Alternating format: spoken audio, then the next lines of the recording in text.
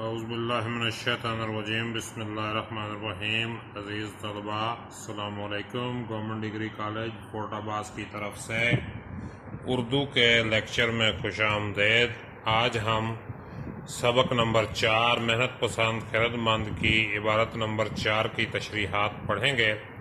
اس کے بعد عبارت نمبر 5 اور عبارت نمبر 6 ہم آج کریں گے۔ یہ دیکھیے کافی اہم عبارت ہے اور کئی بورڈ کے امتحانات میں بھی آ چکی ہے۔ دیکھیے، اتفاقاً ایک میدان وسیع میں تختہ پھولوں کا کھلا کہ اس سے عالم مہک گیا، مگر بو اس کی گرم اور تیز تھی۔ تاثیر یہ ہوئی کہ لوگوں کی طبیعتیں بدل گئیں اور ہر ایک کے دل میں خود بخود یہ کھٹک پیدا ہوئی کہ سامان عیش و آرام کا جو کچھ ہے میرے ہی کام آئے اور کے پاس نہ جائے۔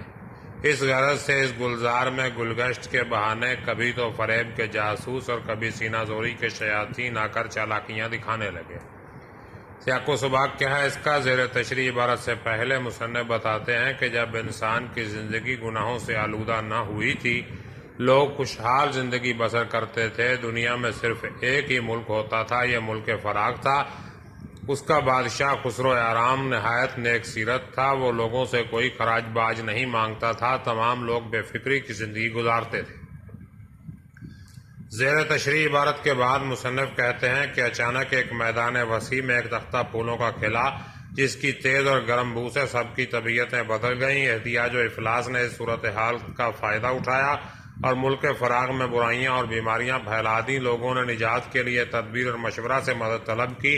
انہوں نے محنت پسند خرد مند کا پتہ بتا دیا۔ محنت پسند خرد مند نے ان کو کاشتکاری اور معماری کا ہنر سکھایا۔ لوگوں کی محنت سے عمارتیں تعمیر ہوئیں، میوے اور اناج کے ڈھیر لگ گئے اور زمین سے فصلیں اور باغات پیدا ہوئے۔ اس طرح دنیا کا رنگ ڈھنگ بدل گیا۔ تشریح کیا ہے جی؟ مصنف بتاتے ہیں کہ زمانے کے دور اندیش اور صاحب بصیرت لوگ کہتے ہیں جب یہ دنیا وجود میں آئی تو اس وقت دنیا میں گناہ کا تصور نہ تھا، زمین پر امن و امان قائم تھا، ہر دل حسد اور بغض سے پاک تھا۔ یہ دنیا فردوس نما تھی جس میں ہر انسان نہایت مسرت و خوشحالی کی زندگی بسر کر رہا تھا۔ اتفاق کی بات ہے کہ دنیا کے وسیع و عریض میدان میں ایک پھولوں کی کیاری کھلی جس سے پورا جہاں مہک اٹھا۔ اس کیاری کے پھولوں سے فضا تو ضرور مہکی، لیکن اس کی خوشبو بڑی گرم اور تیز تھی، جس کا لوگوں کی طبیعتوں اور مزاجوں پر منفی اثر ہوا۔ اس سے پہلے لوگ سادہ اور خوش و خرم زندگی گزار رہے تھے اور سب کو قدرتی نعمتیں وافر مقدار میں میسر تھیں۔ اگر ایک کے پاس اللہ تعالیٰ کی عطا کردہ نعمتیں زیادہ تھیں تو دوسرے کو کمی کا احساس نہیں ہوتا تھا، لیکن اب لوگوں کے دل میں خود غرضی پیدا ہو گئی کہ عیش و عشرت کا سامان اور قدرتی نعمتوں سے دوسرے مستفید نہ ہوں بلکہ ہمیں میسر ہوں۔ چنانچہ حسد، خود پسندی اور خود غرضی جیسی برائیاں لوگوں کے مزاج کا حصہ بن گئیں۔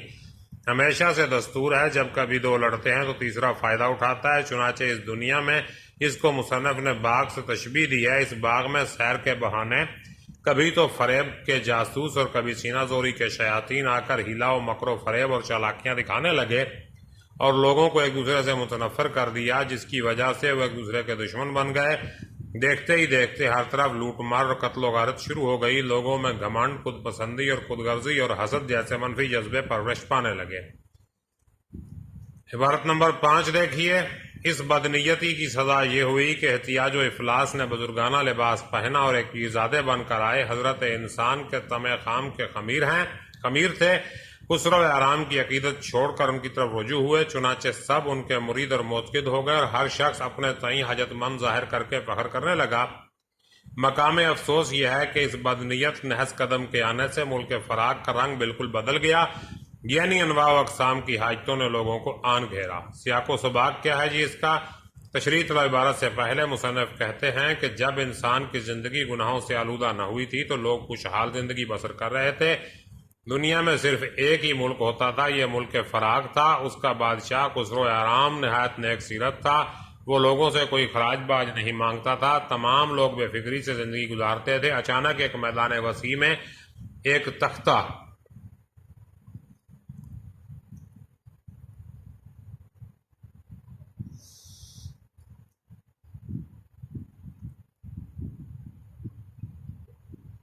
پھولوں کا کھلا، جس کی تیز اور گرم بو سے سب کی طبیعتیں بدل گئیں اور اس صورتحال کا فائدہ اٹھایا، اور احتجاج و افلاس نے اس صورتحال کا فائدہ اٹھایا اور ملک فراغ میں برائیاں اور بیماریاں پھیلا دیں۔ تشریح طلب عبارت کے بعد مصنف بتاتے ہیں کہ لوگوں نے احتجاج و افلاس سے نجات حاصل کرنے کے لیے تدبیر اور مشورہ سے مدد طلب کی۔ انہوں نے محنت پسند خرد مند کا پتہ بتا دیا۔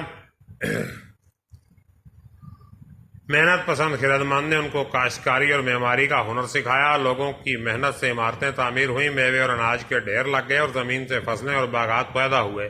اس طرح دنیا کا رنگ ڈھنگ بدل گیا۔ تشریح کیا ہے؟ مصنف بتاتے ہیں ماضی، حال اور مستقبل پر غور کرنے والے دور اندیش اور صاحب بصیرت لوگ کہتے ہیں کہ جب موجودہ دنیا کا آغاز ہوا تو اس وقت دنیا میں گناہ کا تصور نہ تھا۔ لوگ آپس میں خلوص و محبت اور امن و امان سے رہتے تھے۔ ہر انسان کا دل حسد اور بغض اور کینہ سے پاک تھا اور انسان نہایت خوش و خرم اور پرمسرت زندگی گزار رہا تھا۔ اتفاق سے دنیا کے باغ میں پھولوں کی ایک کیاری کھلی جس سے سارا عالم مہک اٹھا۔ اس کی خوشبو بڑی گرم اور تیز تھی جس کا لوگوں کی طبیعت پر منفی اثر ہوا۔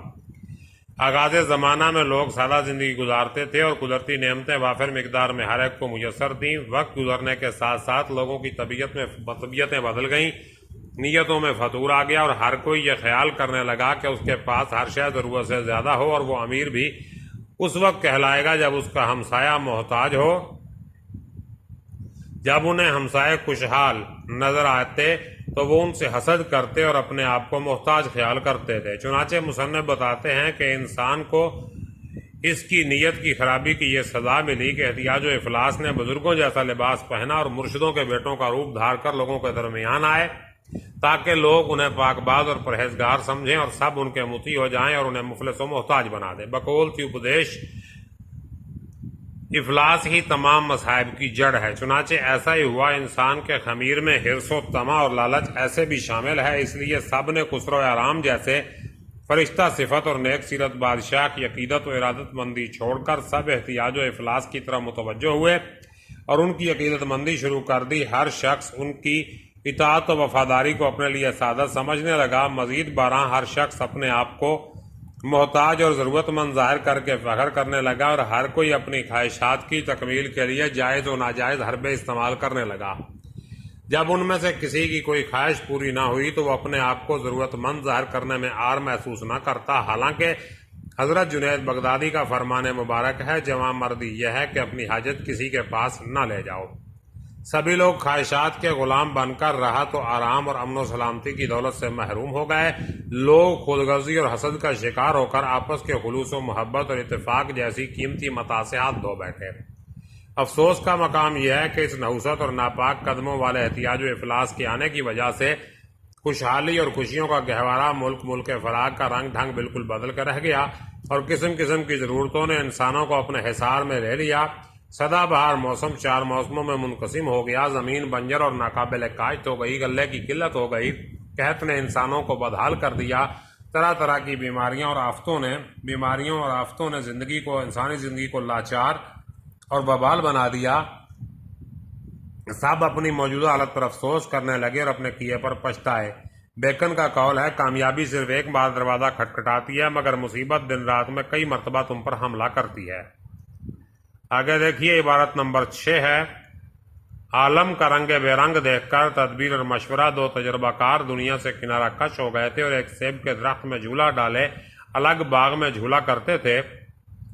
البتہ جو صاحب ضرورت ان کے پاس جاتا اسے مناسب صلاح بتا دیا کرتے تھے۔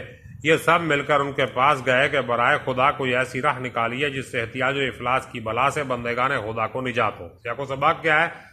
تشریح طلب عبارت سے پہلے مصنف کہتے ہیں جب انسان کی زندگی گناہوں سے آلودہ نہ ہوئی تھی تو لوگ خوشحال زندگی بسر کر رہے تھے۔ دنیا میں صرف ایک ہی ملک ہوتا تھا اور یہ ملک فراغ تھا۔ اس کا بادشاہ خسرو احرام نہایت نیک سیرت تھا۔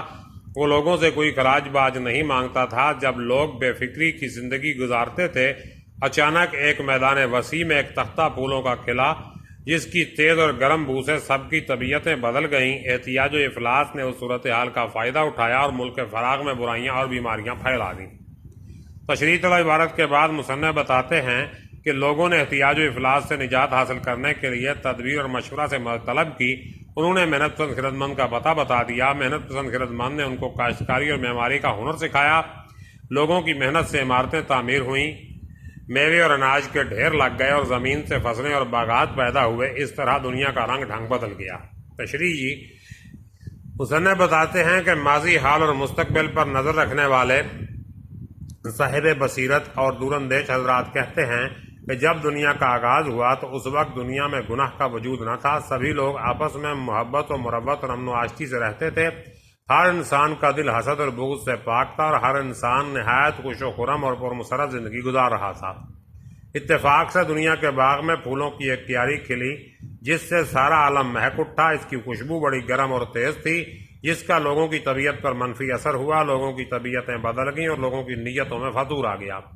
انسان کو اس کی نیت کی خرابی کی سزا یہ ملی کہ احتیاج اور افلاس نے بزرگوں جیسا لباس پہنا اور مرشدوں کے بیٹوں کا روپ دھار کر لوگوں کے درمیان آئے۔ سب انسانوں نے نیک سیرت بادشاہ خسرو آرام کی عقیدت مندی چھوڑ کر احتیاج اور افلاس کی طرف متوجہ ہوئے اور ان کی عقیدت مندی شروع کر دی۔ احتیاج و افلاس کے آنے کی وجہ سے خوشحالی اور خوشیوں کا گہوارہ ملک فراق کا رنگ ڈھنگ بدل کر رہ گیا اور طرح طرح کی ضرورتوں نے انسان کو اپنے حصار میں لے لیا۔